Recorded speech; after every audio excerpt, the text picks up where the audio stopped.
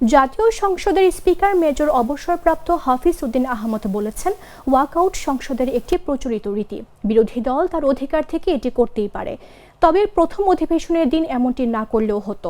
শুক্রবার সকাল 10:15টার দিকে জাতীয় স্মৃতিসৌধে শ্রদ্ধা নিবেদন করতে এসে সাংবাদিকদের প্রশ্নের জবাবে স্পিকার এ মন্তব্য করেন।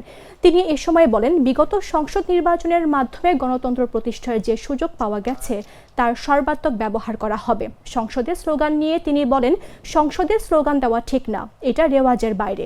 সংসদের রেওয়াজের বাইরে যায় এমন কিছু করবে না। তবে রাষ্ট্রপতি সম্পর্কে কোনো মন্তব্য করতে রাজি হননি স্পিকার। এর আগে জাতীয় স্মৃতিসৌধে শ্রদ্ধা নিবেদন করেন স্পিকার মেজর হাফিজ উদ্দিন আহমদ ও deputy speaker barrister Kaiser Kamal. পরে তারা স্মৃতিসৌধের স্মারক বইয়ে স্বাক্ষর করেন। ওয়াকআউট করার অধিকার তাদের রয়েছে। সংসদের এটি একটি প্রচলিত বিধি, প্রচলিত কার্যক্রম।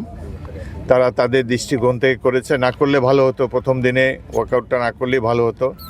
যাই হোক, সেটি তাদের বিষয়।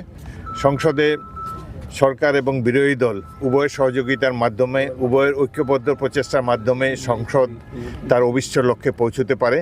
আমরা আশা করব আগামী দিনগুলোতে বিরোধী দল সরকারের সকল গঠনমূলক কর্মকাণ্ডে সহায়তা প্রদান করবেন এবং বিশেষ করে ফ্যাসিস্টদের যাতে আবার বাংলাদেশে পুনরুত্থান না হয় সেই জন্য ঐক্যবদ্ধভাবে সকল রাজনৈতিক দল যারা সংসদে আছে তারা এ ব্যাপারে কার্যক্রম পরিচালনা করবেন।